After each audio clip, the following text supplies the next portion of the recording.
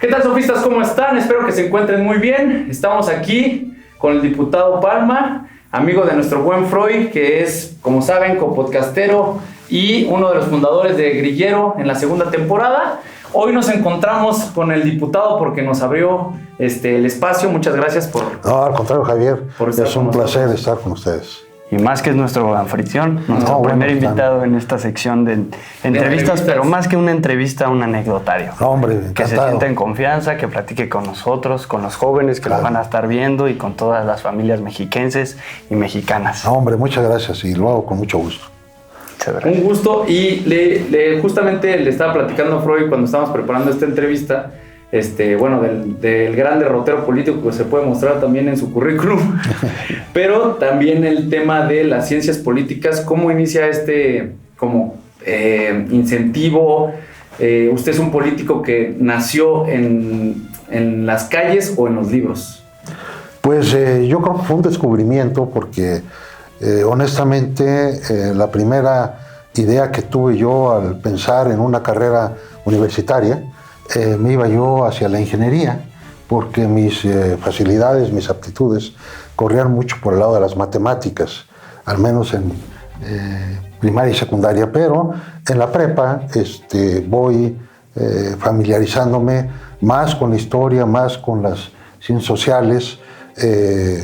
Afortunadamente en casa de mis papás se leía, y siempre recuerdo a mi papá con un libro en el buró, y en la imitación pues hacía también. Entonces me empecé a sentir más inclinado a las ciencias sociales, pero fue un descubrimiento. Yo no tenía influencia en la familia de personas dedicadas a la política o ni siquiera un pariente lejano en ese sentido. Entonces fue un descubrimiento. ¿Verdad? Entonces podría decirse que a través como también de estas raíces de su familia, a lo mejor en el hábito de la lectura o a lo mejor de las ciencias sociales, fue descubriendo esa vocación, o también desde el punto de vista de observar o advertir las necesidades sociales que vivía en México de ese entonces. Así es, yo soy una generación posterior al 68, también participé en funciones de representación de estudiantes.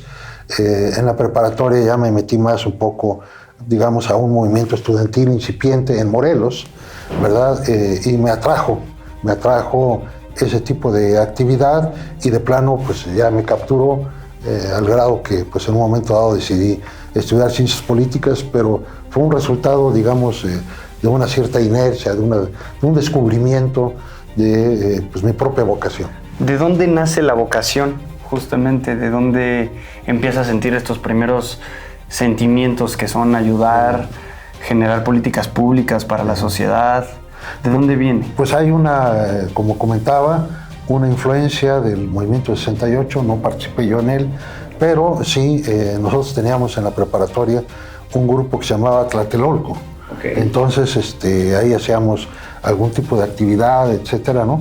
Y pues la indignación ante la injusticia, la percepción de que había que impulsar demandas que eran insatisfechas, y que pues la vida profesional podría justificarse en la medida de poder construir vías de solución a muchos problemas de carácter social, pero pues como decía, fue un hallazgo empírico, ¿no? Una coyuntura que fue ahí llegando poco a poco. Poco a poco, sí. Y una pregunta ahí también, diputado, menciona usted el movimiento 68. En México, ¿cómo se vivía el tema de las ideologías políticas respecto, pues entendiéndose la izquierda y la derecha? ¿Usted cree que en México sí haya una ideología económica, social y política decantada hacia una izquierda o una derecha, o intereses políticos particulares de un partido? Pues es una mezcla de ambas cosas, ¿no? Primero, pues yo no era militante de ningún partido. Sí había una gran influencia de lecturas marxistas, leninistas, y distintos autores que interpretaban y que hacían análisis de la realidad política en una metodología de la lucha de clases y todo este tipo de cuestiones, y ofrecían pues un marco contextual que pues explicaba o pretendía explicar los problemas que existían en el país y la insuficiencia del gobierno para dar respuestas satisfactorias, y pues también una invitación a adentrarse pues en ese mundo para encontrar respuestas, explicaciones a este tipo de problemas. Pues México en ese momento un país con una tasa de crecimiento poblacional impresionante y un desarrollo urbano también, y pues todos los fenómenos inherentes, ¿no?, a la marginación de gran parte de la población, etcétera, porque pues el crecimiento no daba para satisfacer el empleo, las expectativas, el fenómeno de la migración de la ciudad al campo, etcétera. Entonces, muchos problemas, y la voz de los estudiantes que nos abría a todos los que pues estábamos incipientes en edad, pues a tratar de ser protagonistas, claro, ¿no?, a tener también una voz, una participación. Entonces generaba pues esa inquietud, ¿no? Okay. Me gustaría aquí hacer un paréntesis para que los sofistas, la familia sofista, lo conociera un poquito más. Víctor Samuel Palma César decidió estudiar ciencias políticas. Así es. Y después regresar de igual manera a la administración pública y ciencias políticas, una maestría. Sí, sí. De niño, ¿con qué figuras políticas crecía? Pues no, como comenté, no tenía yo figuras políticas en mi entorno. ¿Pero veía algo? Pues no, pues era digamos, el presidente de la República, pues era la personalidad siempre atrayente en el mundo, en la sociedad, pues pensemos ese tipo de ambiente de los años 60, que es mi primera, digamos, infancia. Pues los noticieros son muy controlados, era casi un boletín oficial, y era en esa oficialidad pues transmitir las decisiones del gobierno. Recuerdo a mi abuela, que era trabajadora del gobierno, trabajaba en la Secretaría de Educación Pública. A su vez mi abuela pues vivió con dos hermanas. Entonces yo tenía a mi abuela y dos tías abuelas, que para mí las tres eran como mis abuelas, y las tres trabajaban en el sector público. Entonces sí recuerdo, por ejemplo, que ellas veían el informe presidencial. Claro. Y para ellas era muy importante también, porque en el informe presidencial se anunciaban los aumentos a los empleados públicos, sí, y hacían comentarios entre ellas. Y entonces yo, pues yo estaba muy lejos de ser una gente con inclinaciones políticas en esa infancia, pero sí me llamaba la atención, pues la atención que ellas le prestaban a la exposición que hacía el presidente de la República en el balance de su gobierno y todo eso, y veía yo que eso era un asunto muy importante, ¿no? ¿Y cómo veía las figuras, ahorita que mencionaba con el tema de la televisión, que estaba muy limitada, pero cómo se veían las figuras políticas en aquel entonces? Pues eran figuras que digamos, ensalzaban. Gran parte del aparato publicitario se encargaba de encomiar la personalidad, la cultura, el esfuerzo que se veía muy claro de articular un buen discurso, no solamente por parte del presidente de la República, sino por parte de los funcionarios. Era muy importante la capacidad descriptiva y de oratoria que en un momento determinado tuvieran, y eso pues generaba también pues una visión, ¿no?, una imagen para la ciudadanía. Y bueno, los que éramos niños, pues también toda esa cultura cívica. Teníamos los honores a la bandera, claro, los lunes, y los maestros pues eran siempre muy atentos en la explicación de la vida histórica del país, y desde luego hacían alusión a los eventos políticos más relevantes. Entonces era pues como la parte más emblemática que podía uno ver en la perspectiva, estoy hablando de un niño, ¿no?, y de un adolescente posteriormente, ¿no? Sí, el peso, la importancia, la personalidad de las acciones del gobierno y de quienes en un momento determinado lo encabezaban. Entrando ahí a una pregunta un poquito más insidiosa, tal vez, a lo mejor, viendo el gobierno actual, ¿no? A lo mejor, más bien el anterior sexenio, ¿cree que uno de los grandes aciertos de Andrés Manuel en su momento fue transitar de a lo mejor una investidura presidencial, que antes se tenía una cultura de civismo y a lo mejor más respeto hacia el presidente, etcétera, pero quitarse esa investidura y a lo mejor abrirse más a la gente que no podía tener tanto contacto con el presidente, etcétera? ¿Fue un acierto? ¿No es un acierto? ¿Fue también parte de una triquiñuela o engaño por parte de Andrés Manuel? o nada más simplemente se abrió a la evolución y al cambio constante dinámico de la sociedad? Bueno, yo creo que él abrió un estilo, fue una disrupción de ese formalismo de la presencia de un presidente. Ya había señales de giras de trabajo, y especialmente cuando había algún desastre natural, cómo los funcionarios públicos se presentaban y buscaban dialogar con la sociedad, pero Andrés Manuel López Obrador sí fue una persona que creo yo que invirtió mucho más tiempo en el contacto con las comunidades antes de ser presidente y en el momento de ser presidente. Sí generó, yo creo que una cultura de contacto, de diálogo, de acercamiento con la sociedad, una forma de generar empatía, incluso en el lenguaje y en la vestimenta. Bueno, yo quiero también recordar que había pautas que él, retomó. Por ejemplo, yo recuerdo muy bien que Donaldo Colosio, por ejemplo, en su campaña presidencial, tomaba vuelos comerciales. Sí. Sí. Después eso lo vi. Entendió que los medios de comunicación eran también un pábulo para acercarse también a las personas, ¿no? Entonces vi que Andrés Manuel retomó ese tipo de prácticas y que creo que el efecto fue, digamos, positivo en términos de la imagen presidencial y del acercamiento, de la empatía con la sociedad. Claro. Que fue parte de una estrategia o no lo fue, o simplemente un sentido personal de entender la presidencia, como decía Cosío Villegas, el estilo personal de gobernar. Claro. Bueno, pues eso es un debate, pero creo que sí generó una dinámica más positiva, más cercana y de mayor vinculación. Y que ahora los partidos también, digas el PRI, el PAN o las oposiciones que a lo mejor pudieran verse por la sociedad en decadencia, también van adoptando este tipo de políticas sociales de acercamiento hacia las comunidades, pero ¿cuál sería su lectura de los partidos políticos en hoy en día? ¿Cómo se tendrían que reinventar para poder generar oposición en una democracia? Que además en una democracia la oposición es bonanza, ¿no? O sea, siempre que si hubiera una inclinación total hacia un partido, pues estaríamos mal y no sería democracia, ¿no? ¿Cuál sería uno de los puntos a poner acento para poder reinventarse como partido?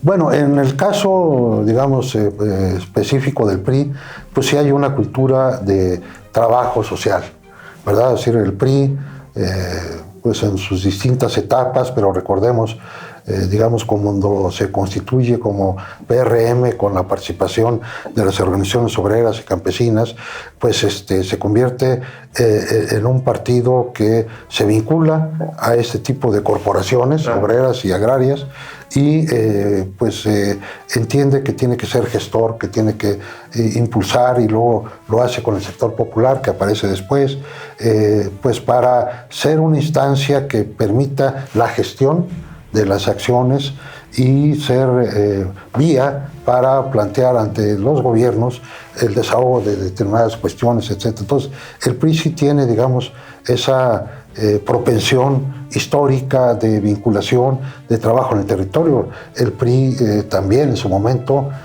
creó dentro de su estructura los comités seccionales, que pretendían en cada sección electoral tener una organización del partido que buscara tener acercamiento con la población que habitaba en esa demarcación y conocer de las necesidades y gestionar posibles soluciones, estar en contacto con ellos, ser una instancia mediadora, digamos, entre gobierno y sociedad. Eso, digamos, está pues en la genética del PRI. Tal vez en un momento determinado se relajó, pero forma parte de su historia. Creo que otros partidos también han buscado, y es natural, pues un vínculo territorial, ¿verdad? Es decir, tener posibilidades de contacto, de acercamiento, de ganar simpatías. Y bueno, pues ahorita se habla mucho de lo territorial y del aire. Sí. Y del aire se habla pues como una metáfora, ¿no?, de todos los medios electrónicos de comunicación, redes, etcétera, ¿no? Entonces, digamos, los partidos buscan instrumentar estas dos vertientes, ¿no? La territorial, de contacto directo personal con la población, y la de los medios electrónicos, redes, que también intentan transmitir un discurso, una narrativa, claro, un proyecto, y también vincular a la sociedad. Es una lucha pues por ganar, digamos, simpatías a través de todos los medios lícitos posibles, ¿verdad? La difusión del mensaje. La difusión, el pensamiento, el discurso, la presencia, la gestión, la vinculación, claro, el invitar a distintos eventos, el de tener, pues digamos, cercanía e identidad con la población, pues forma parte de un reto que creo que todos los partidos enfrentan, y que es un medio de lucha política para ganar adeptos y finalmente también para construir una visión que sea afín a los planteamientos de cada partido y puedan en un momento determinado traducirse, expresarse a la hora de la votación. Claro. Ahorita que mencionaba y parafraseaba a un autor, a mí me gustaría que, a lo largo de la gran experiencia que usted ha tenido como columnista, incluso en algunos periódicos, ¿qué autores, además de la naturaleza de su carrera profesional, qué autores politólogos usted leía o le gustan actualmente o sigue leyendo? Bueno, la cuestión de leer es algo que pues, uno no puede abandonar. Es decir, yo asumo que pues, siempre estamos aprendiendo. ¿Por qué? Porque la sociedad evoluciona, porque la política evoluciona, porque los métodos políticos evolucionan, porque la conceptualización sobre la realidad también se va enriqueciendo. Entonces, uno para pues, poder ser un agente que busca influir, pues tiene que estar pues, atento, preparado. Desde luego, pues, recordar siempre lo importante de la historia. No porque la historia se repita en sus términos, pero sí recuerdo, ya hablando de autores, un clásico griego, Tucídides, que escribió La Guerra del Peloponeso, hablando de la guerra que estableció Grecia, etc. Y tiene una frase que dice: mientras la esencia del ser humano no cambie, la historia estará condenada a repetirse. Claro.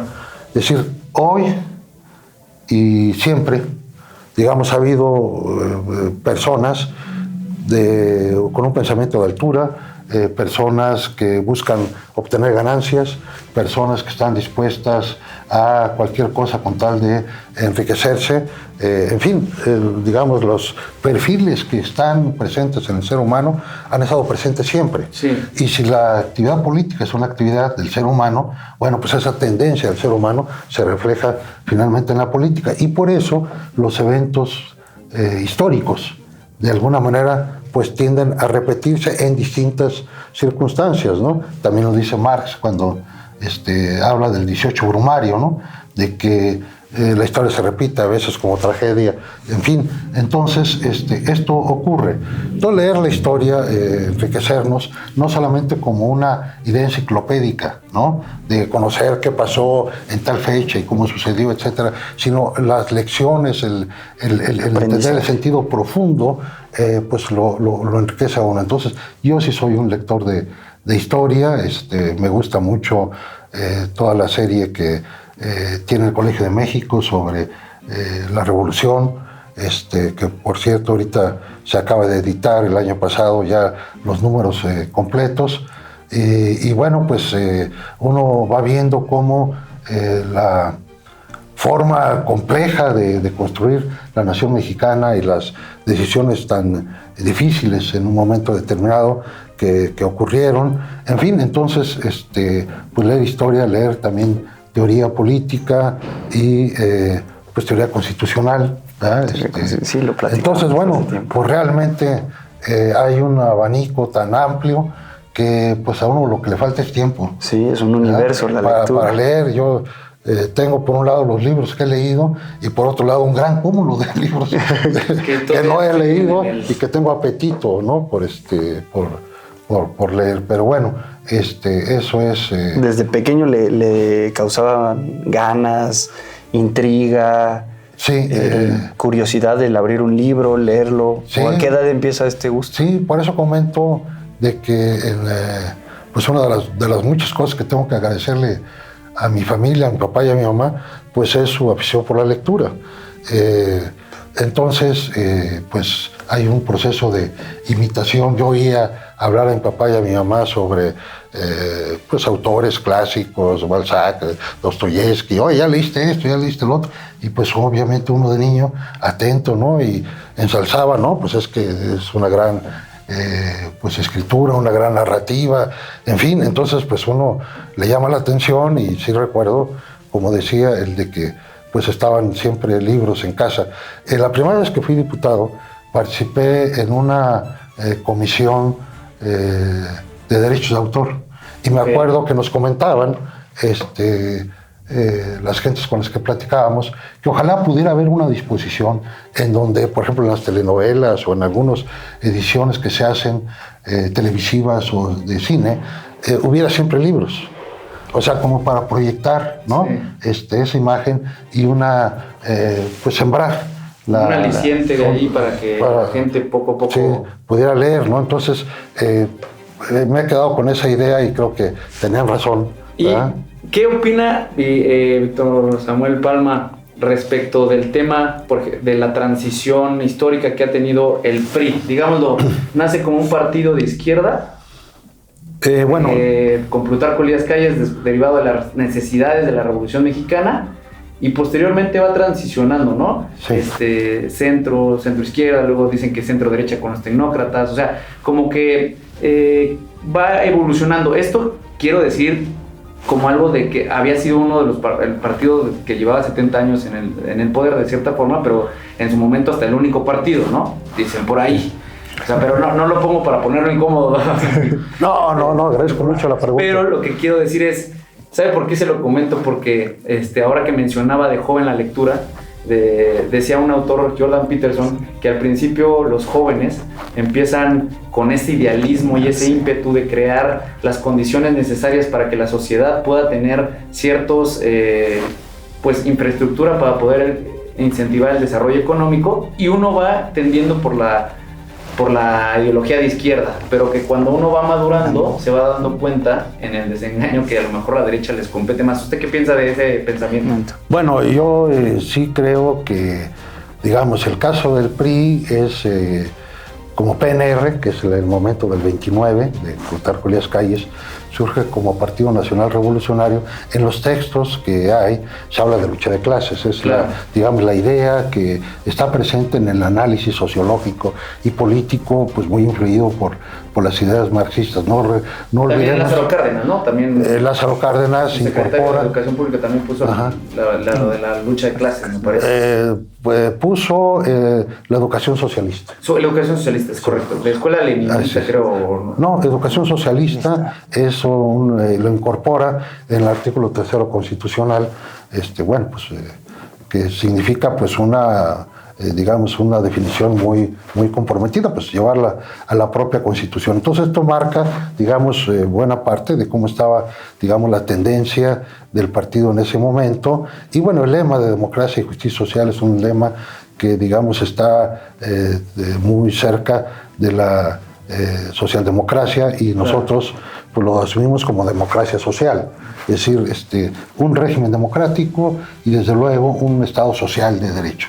Entonces, encontrar las instituciones sociales, el reparto de tierras, la creación del seguro social, en fin, son instituciones que van pues perfilando la idea de cómo resolver pues un reclamo que estuvo en el origen pues de la revolución, ¿verdad? El de construir mejores condiciones de vida. El PRI no organizó la revolución, sí, ¿verdad? Pero surge después y se quiere asumir como el intérprete más avanzado sobre el proyecto de la revolución, y ahí construye, su identidad. Entonces, ese es la primera parte del PRI. En los momentos de la preguerra, de la Segunda Guerra Mundial, también asume la idea de los frentes. Okay. Incluso el Partido Comunista participa en alguna parte de la estructura agraria ¿verdad? Es decir, porque era la idea de combatir el fascismo, Claro. ¿verdad? Combatir la derecha. Pero después hay una polémica, digamos, que es difícil de resolver, si Ávila Camacho, ¿verdad? Algunos asumen que da un viraje, pero Ávila Camacho es el que crea el Seguro Social. Claro. Entonces, se trata de ir adecuando en la coyuntura, en la perspectiva de cada momento, las posibilidades de desarrollo del país. Bueno, pues esto va marcando pautas, digamos, de gobierno. El hecho es de que sí, digamos, el PRI está siempre alineado al gobierno. Claro. ¿Verdad? Esto es visto a veces muy críticamente, porque incluso es lo que Carpizo llamó las facultades metaconstitucionales del presidencialismo, cuando escribió su libro de Derecho constitucional. sobre el presidencialismo mexicano. Ah, ok. Sí, él dice pues que lo que sucede es de que el presidente en México tiene una serie de facultades metaconstitucionales, y en ellas está la conducción del partido en el gobierno, que es el partido hegemónico, que se le disciplina, y a partir de esa disciplina logra tener predominio pues en los gobiernos estatales, todos serán priistas, en los gobiernos municipales y desde luego en el Congreso. Entonces el presidente construye un hiperpresidencialismo, dicen otros autores, pero digamos hay que entender, yo creo que después de la revolución sí hay una definición a favor de un régimen republicano y democrático y social, pero no hay un sistema político. Claro. Entonces la idea es construir el sistema político que haga posible que esas definiciones del régimen jurídico constitucional puedan llevarse a la práctica. Pasa por una primera etapa de concentración del poder y de dominio de un partido, pero pronto se van construyendo pues a través de la transición democrática, una convicción de que es necesario crear pluralidad. La pluralidad política existe, pero el sistema electoral de entonces, que eran diputados de mayoría, en los distritos electorales ganaba casi siempre únicamente el PRI. Entonces se entiende que había que evolucionar el sistema electoral, y un primer momento es cuando se crean los diputados de partido, en 1964, que esto quiere decir que los partidos de oposición que alcancen un mínimo de votación en determinado porcentaje tendrían asegurado el de que determinado número de diputados participaran en el Congreso. Esto es una consecuencia de decir, bueno, pues no tenemos pluralidad en el Congreso, pero sí hay una cultura plural en México. Sí hay distintos, grupos políticos que tienen presencia y fuerza, aunque en un momento determinado no ganen sus distritos. Entonces, el sistema político tiene que abrirse, tiene que crear condiciones para que esta pluralidad tenga presencia, y hay una, búsqueda que después se fortalece con la reforma del 77, de la famosa LOPE, de la Ley de Organizaciones Políticas y Procesos Electorales, que ya crea el sistema electoral mixto, que ahora tenemos, ¿no? Consistente en que hay un número de diputados que llegan por la vía de la mayoría, y hay otros diputados, en ese momento eran 400, 300 por mayoría y 100 de representación proporcional. Claro. Entonces, bueno, ahí ya se consolida el sistema plural de partidos en el Congreso. Y bueno, ya se van avanzando, sería ahorita largo hablar de cada momento, porque ya después se incrementan los diputados a 500, en fin. Pero, hay esa idea, o sea, con el PRI, México pasa de un perfil semiautoritario o autoritario con un partido hegemónico a una democracia plural y competitiva con alternancia. Sí. Esa, es lo que puede justificar la presencia del PRI. El PRI es esa, bisagra que permite el traslado en condiciones de estabilidad y sin fracturas de gobierno, sin golpes de Estado, de una situación del predominio de un partido hacia la pluralidad. Eso, pues muchos países no lo lograron. Buena parte de Sudamérica pues pasó por los golpes de Estado, no fue el caso de México. Entonces, ese traslado es lo que algunos le llaman la transición democrática. Que los golpes de Estado fueron antes de la Revolución, ¿no? Muchos golpes de Estado en convulsiones. México siempre ha tenido convulsiones políticas muy fuertes. Así es. Desde su independencia hubo sucesiones muy... Sí, pero ya desde la Constitución actual, que es la de 1917, pues ya se da una, digamos, vida, digamos, normada en el marco de lo establecido en términos del régimen político, en una lucha por ir construyendo la vida democrática y el sistema plural de partidos, que pasa por una etapa, digamos, de gran concentración del poder a través de un solo partido, que fue PNR, PRM, PRI, pero también el de la posibilidad, la capacidad que se tuvo de congeniar con una apertura. A mí me gusta citar un ejemplo que a veces no es muy referido, que es cuando se crea el primer órgano electoral, porque en México se llevaban a cabo las elecciones a la manera de como se llevan en Estados Unidos. Se llevaba a cabo a través de los municipios que integraron el padrón electoral y decidían dónde instalar las casillas, y los gobernadores decidían los distritos electorales. Este sistema generaba muchos conflictos y era reiterado que hubiera pugnas después de cada elecciones. Entonces, en 1946 se decide dejar a un lado ese sistema y se crea la Comisión Federal de Vigilancia Electoral. Y entonces se crea por primera vez un órgano electoral, ¿verdad? Que ya también se hace acompañar posteriormente del Registro Nacional de Electores. Entonces ya no son los municipios, porque imaginémonos, los municipios obviamente, los presidentes municipales pues podrían tener inclinaciones para favorecer a mi amigo Javier, ¿no? Pues entonces yo doy de alta a los digamos empadronados que él me trae y bloqueo al otro que no quiero. Lo que hacía es generar control y la otra parte es como fiscalizar realmente que así es. Entonces ya se va, digamos, profesionalizando. La organización electoral va evolucionando, pero hay un artículo que escribe Reyes Heroles del 46 y dice, bueno, en el mundo existen diversas formas de organización electoral. En algunos casos, que es el supuesto de los países comunistas, es el propio Estado el que organiza. En otros lados existen tribunales electorales, como el caso de Uruguay, y dice, nosotros decidimos por una forma mixta, con esto de la Comisión Federal Electoral, pero dice, esto fue lo que encontramos de acuerdo a las condiciones de México, pero habremos de ir hacia la creación de un órgano autónomo. Es decir, en 46 ya había vaticinado el INE, ¿no? Lo que pasó en 96. Sí. Es decir, es una visión, digamos, de construir una institución con una perspectiva de cómo puede evolucionar.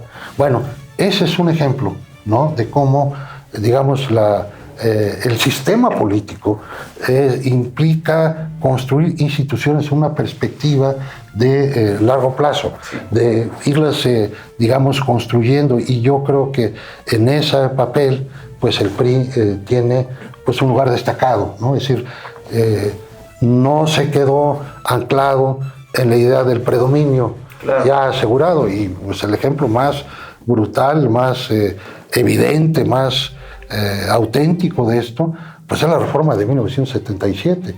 O sea, recordemos que en 1976 hubo un candidato único a la presidencia de la República, que fue López Portillo, de que otros partidos no tuvieron candidatos presidenciales registrados, no porque se les bloqueara, sino porque sus condiciones internas no generaron las posibilidades. Bueno, visto con una cortedad de miras, dice, bueno, pues qué bueno, ¿no? Ya no tenemos oponente. Sin embargo, en una visión amplia, es decir, el peligro de no tener oponentes en un momento de la Guerra Fría, en un momento donde esto pudiera dar virajes brutales para el país, y la necesidad, entonces, en esa visión más amplia, de construir pues un sistema plural de partidos, y es la reforma del 77. La reforma del 77 en el contexto donde el PRI tenía todo. Claro. Entonces, pues esto, digamos, marca mérito. Sí, ser pioneros de una visión estadista también. Exactamente. Y a futuro. Visión política. Así es. Y en ese sentido es lo que le iba a preguntar. Hay una pregunta del público que nos mandan, esta sí se la voy a preguntar porque me la mandaron. Adelante. Durante toda su vida el PRI tuvo perfiles sumamente técnicos. Reyes Heroles, Carlos Salinas de Gortari, José Antonio Meade, Ochoa Rezo. ¿Dónde están hoy en día? ¿Cómo ve que si están hoy a lo mejor conculcados en este nuevo PRI o no? ¿Han trascendido sus ideas? ¿No han trascendido? Y sobre todo la pregunta que yo creo que directa es... el PRI se adecua a las nuevas necesidades sociales, ¿no? Entendiendo lo que hoy nos está diciendo, porque cuando yo le pregunté izquierda y derecha, decía que más bien eran los intereses particulares del partido, no viéndolos como algo malo, sino como el querer subsumir las necesidades sociales y paliarlas y a lo mejor darles una mejor cauce. No hay, o sea, puede ver que a lo mejor hay una tendencia ideológica de izquierda, pero tiene una política pública de derecha, ¿no? Digamos de cierta forma, por lo que entendimos al principio.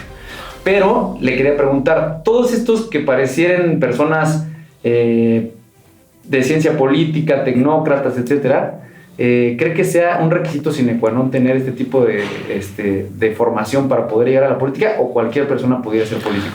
No, pues yo asumo, es decir, dentro del PRI pues hay corrientes, ¿verdad? Reyes Heroles pues no sería una persona de los tecnócratas, ¿no? Reyes Heroles, no. Pues es un ideólogo, ¿no? Entonces estaría del otro lado, ¿no? México también pasa por, no es una isla, tiene que vivir en el contexto mundial y sí, pasamos pues a la etapa de la posguerra y de la caída del muro de Berlín, de la pretendida triunfo de una sola visión, de una visión de mercado.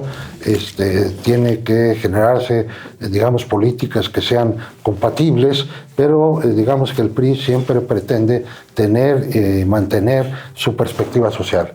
Admite la necesidad de una vida financiera y económica que le permita vivir en las circunstancias que se están desarrollando, y a ello, por ejemplo, obedece pues el Tratado de Libre Comercio, claro, del 94. O sea, ¿qué implica esto? Pues implica, digamos, una visión donde queda claro que Europa pues ya se está construyendo, ¿no? Ya va en avanzada toda esta forma de colaboración de los países y pues la posibilidad de potenciar las capacidades del país en términos de un tratado comercial con los vecinos del norte, ¿no?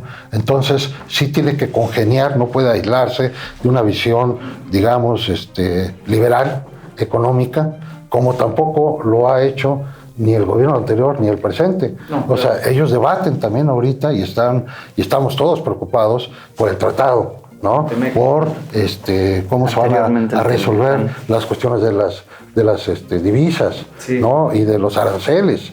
Entonces, alguien podría decir, bueno, entonces esto es una perspectiva neoliberal.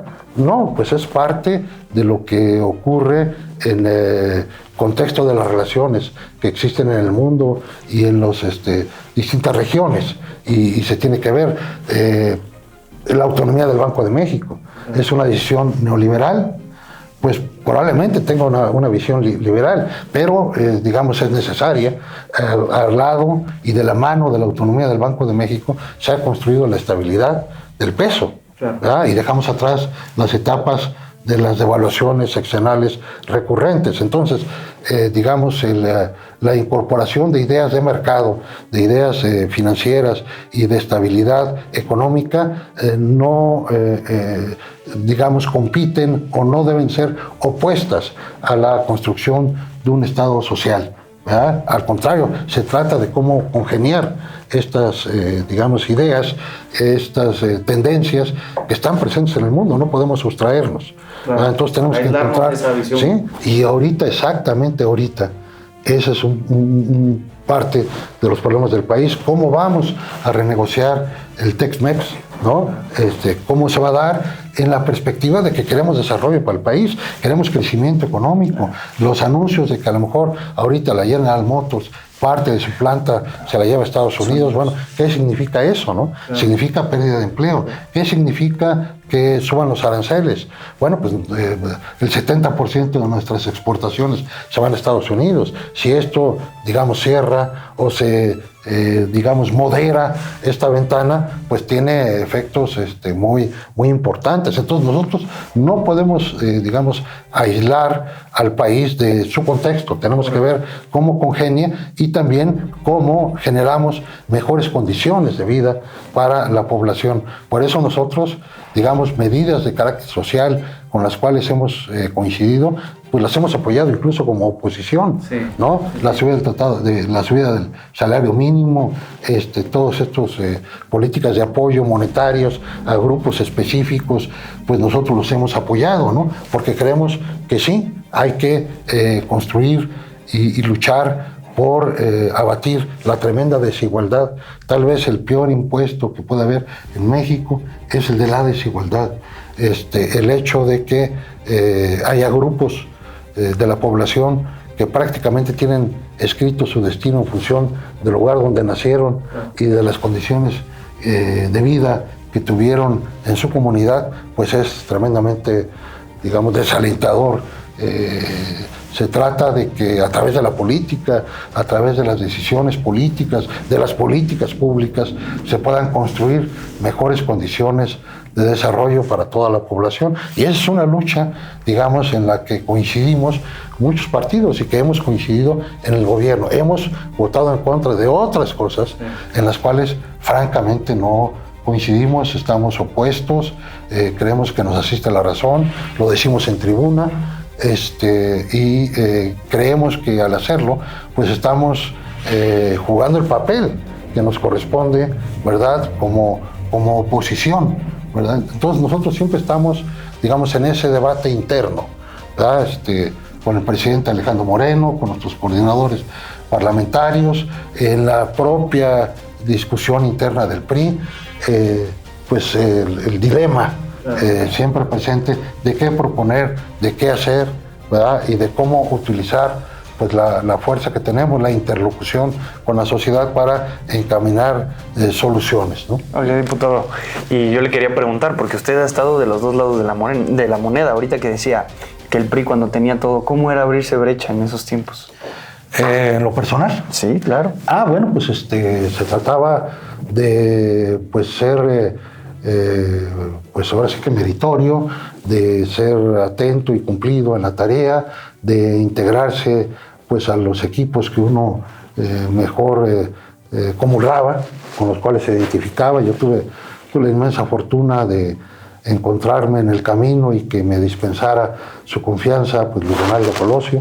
Prácticamente trabajé con él 10 años como su coordinador de asesores. Para mí fue un estímulo muy importante, admiré y reconozco el temperamento, la voluntad que él tuvo en esta idea de reforma del poder.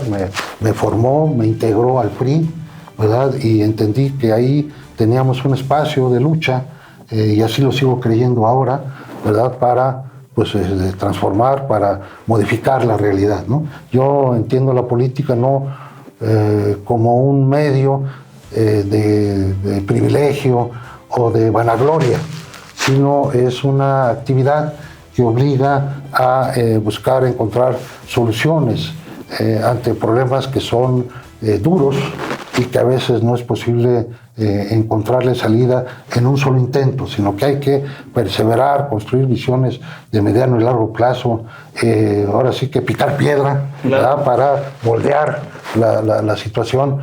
Pues esa es digamos, mi generación o lo que a mí me tocó vivir.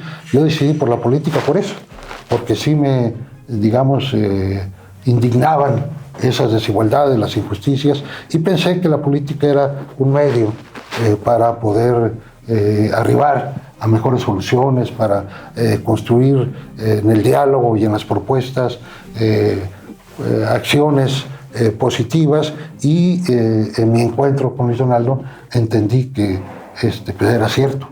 Era cierto, era posible, y no es que se fuera a resolver todo, ¿no? Pero sí que se abrirían, digamos, grandes avenidas, claro, para resolver. Justo para allá iba, justo cuando platicaba con Javier y estábamos preparando la entrevista, uno de los cargos que más me sorprendió y más me llamó la atención fue que 10 años estuvo al frente de los coordinadores de asesores de Luis Donaldo Colosio Murrieta, y quería ver si nos podía platicar algunas anécdotas, si recuerda la primera vez que tuvo un acercamiento con él, cómo es que lo conoce. Sí, bueno, siendo justo, no fueron 10 años, fueron 8 años que colaboré con él. Me incorporé en la Cámara de Diputados, precisamente, en la 53 legislatura. Él era diputado, y de alguna manera él se vinculó a través de un amigo mutuo que se llama Guillermo Hopkins, que es de Magdalena, de Quino, Sonora, y que por lo tanto las familias tenían vínculos, etcétera.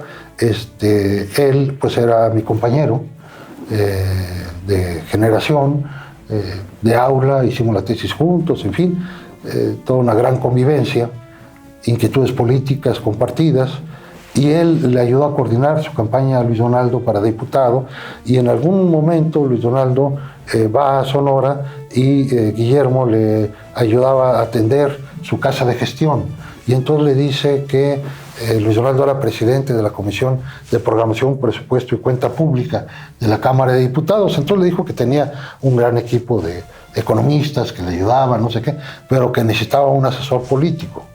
Entonces mi amigo me recomienda, dice, oye, pues ahí está Palma, que te puede ayudar, que no sé qué. Y entonces esto deriva en que me habla por teléfono, me dice, oye, pues busca a Luis Donaldo, ya le dije de ti, vete a la Cámara, en fin. Entonces, así se dio, digamos, un encuentro con él. Lo tengo muy presente. No dejó de ser desconcertante para mí, digamos, por el estilo del norteño seco, sí, y directo. De carácter. De carácter. Tajante. Y yo, no sé ustedes de dónde son, pero pues la cultura del altiplano es una cultura un poco más barroca. Sí, claro. ¿No? O sea, más, más oye, qué cordial. bueno, muchas gracias por la entrevista, esto, lo otro. No, Luis Donaldo era un hombre muy directo, muy frontal. Entonces, recuerdo muy bien que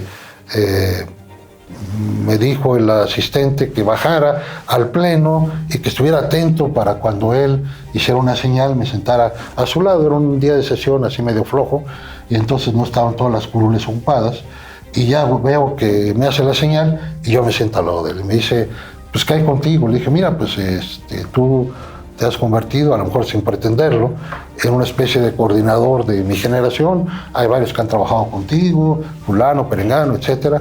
Le dije, y yo quisiera trabajar contigo. Entonces me contesta, y yo también quiero que trabajes conmigo. Así, ¿no? Dije, bueno, pues eso está muy bien, ¿no? Entonces me dice, saca un bonche de papeles, y me lo da y me dice, pues busca dónde sentarte. Entonces me voy al área donde estaban pues los asesores, hablo con la secretaria, me sitúo en un lugar y empiezo a revisar las cosas, etcétera, ¿no?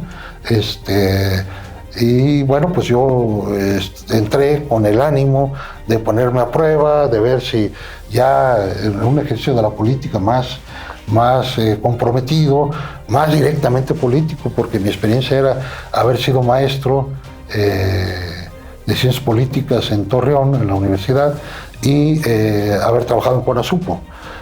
Pero bueno, la Cámara era un área directamente donde política, se podía trascender ¿no? más. Entonces, bueno, pues yo soy de los primeros que llega siempre y estoy tratando de aportar, de ser creativo.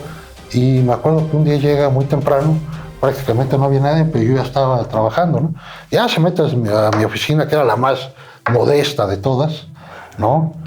¿Y qué estás haciendo? Le dije, no, pues mira, ya revisé esto y yo propongo que sería bueno un pronunciamiento en tal sentido. Y en ese momento yo pensé que a lo mejor mi propuesta era muy atrevida, muy a lo mejor utópica, pero para mi sorpresa me dice, a ver, ven. Y me lleva a su oficina, a ver, platícame eso que dices. No, pues es que fíjate que esto, que lo otro. Que no. Bueno, está bien, me dice, documentamelo. hazme unas notas, pero vamos a ver. Entonces me llama la atención que lejos de poner freno a una iniciativa, no sé qué, sino que él le da, sí, le da cauce. Entonces, pues voy construyendo, él más bien, una relación conmigo de cercanía.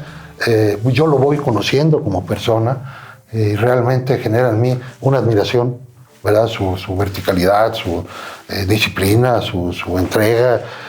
Me acuerdo que llegó pronto el receso de la Cámara de Diputados. En aquel entonces solamente había un periodo de sesiones, de septiembre a diciembre. Y entonces iniciaba el receso pues en enero, y no volvería a reunirse en la Cámara sino hasta septiembre. Entonces eran muchos meses. Pero pues nos cita en enero y pues yo veía casi vacía la Cámara, ¿no? Las distintas oficinas, pues no había sesión, solamente había permanente. Pero Luis Donaldo trabajaba como si fuera un día de sesiones normales, ¿no? Y pedía cosas, esto, lo otro, y el día de la permanente nos pedía que asistiéramos, que elaboráramos notas de lo que se había resuelto, y él pues estaba en una febril actividad, aunque había receso, ¿no? Entonces aprendí de su mística, de su entrega, de su pasión, de su verticalidad. Y se notaba que tenía claro algo, ¿no? O sea, algo sí, que le encendía, yo creo, una motivación que solamente quien es llamado a la política le entiende, me imagino. Sí. Pero lo platicaba detrás de cámaras con Freud, que hoy el político, y sobre todo haciendo la alusión a Luis Donaldo, podría decirse, porque lo veíamos en el discurso, a mí no me tocó, pero lo vimos en el discurso que estaba moviendo la revolución y toda esta parte, ver en los ojos del político realmente su propio convencimiento y ser consecuente con lo que dice y hace, es lo que lo hace un buen político. Sí, claro. Y yo creo que Luis Donaldo, aparte de ser un magnífico orador, pues él había sido desde la primaria el declamador por excelencia en los años de primaria de la escuela, pero bueno, es un gran orador, con gran voz, con postura, pero lo que tú dices, Javier, en él también quedaba patente la autenticidad. Por ejemplo, cuando él decía, provengo de la cultura del esfuerzo, no del privilegio, sí. O sea, aparte de ser una frase pues afortunada, pero era él mismo. O sea, cuando uno analiza... Era una narrativa, era algo que vivía. Sí, o sea, él es un hombre que sale adelante porque consigue la beca en el TEC, lucha por ella, la obtiene, luego hace posgrados, también becado, y bueno, es un hombre que está siempre buscando por la vía de la aptitud, de la preparación, abrirse camino, ¿no? No es un hombre de grandes riquezas ni patrimonio, y que pues lo anima la posibilidad del ejercicio de la política en una perspectiva social, en una perspectiva democrática. Ese diputado es un hombre que construye puentes, claro, que se relaciona mucho con ese momento, con el PSUM, y con los diputados de izquierda, con un diálogo incesante, con una intención de comprender el momento que se vivía. Un hombre que pues encabeza después el partido, el PRI, y que logra la proeza de que después de que el PRI estaba en condiciones presuntas de haber perdido la elección presidencial en 1988, él ya como presidente del partido en 1991 recupera prácticamente todo. Es decir, de 300 distritos electorales, el PRI pierde menos de 10, prácticamente gana todo. Es un presidente del partido, lo recuerdo muy bien, de tiempo completo, haciendo giras, encontrándose, ahorita que estábamos hablando de esto del territorio, ¿no? En reunión con los liderazgos de Michoacán, de Chihuahua, de Tamaulipas, en un contacto epidérmico, en un diálogo muy atento, muy comprometido, recibiéndolos a veces aquí en México, y si no, pues él asistiendo a estos lugares, imaginando cómo postular a los mejores candidatos a los cargos de elección popular en una revisión exhaustiva de perfiles, de méritos, y él mismo sometiéndose a un código muy riguroso de comportamiento y desempeño. Recuerdo mucho, hablando de anécdotas, en algún momento alguien me regala una pluma Montblanc. Sí. Estrellita. Sí, de estrellita. En ese momento las plumas Montblanc eran todavía más, digamos... exclusivas. Sí, más exclusivas que ahora, ¿no? Entonces, para él siempre era importante que llegara uno con tarjetas y con una pluma. E incluso le llamaba a uno la atención, oye, pues, ¿en qué quedamos, no? No tienes en dónde escribir, que no sé qué, bueno. Entonces, pues yo saco la pluma Montblanc y me dice, ¿y qué haces con esa pluma de agente aduanal? entonces pues yo entendí que pues no había que andar ahí tratando de tratar de artículos de lujo, claro, sofisticados, o en fin, ¿no?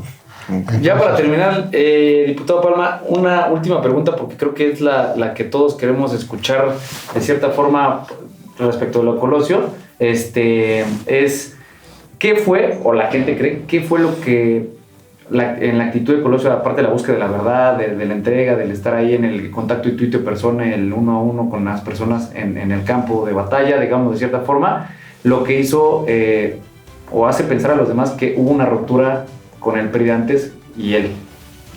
Bueno, yo creo que él trataba... hizo pensar, ¿eh? No sé, sí. En específico hay un discurso en el cual mencionan que hubo un rompimiento, en el discurso del Monumento a la Revolución. O sea, se dice así, ¿no? No sabemos. Pero yo creo que no. Pero bueno, Luis Donaldo trata de ser quien proyecte una visión de avanzada del PRI y de su programa político.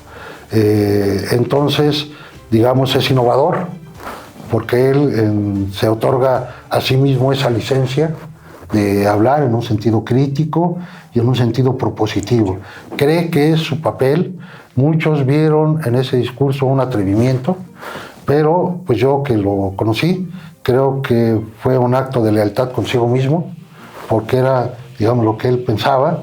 Claro. Y si uno revisa los discursos previos a ese momento, va a encontrar muchos indicios de lo que después dijo el 6 de marzo.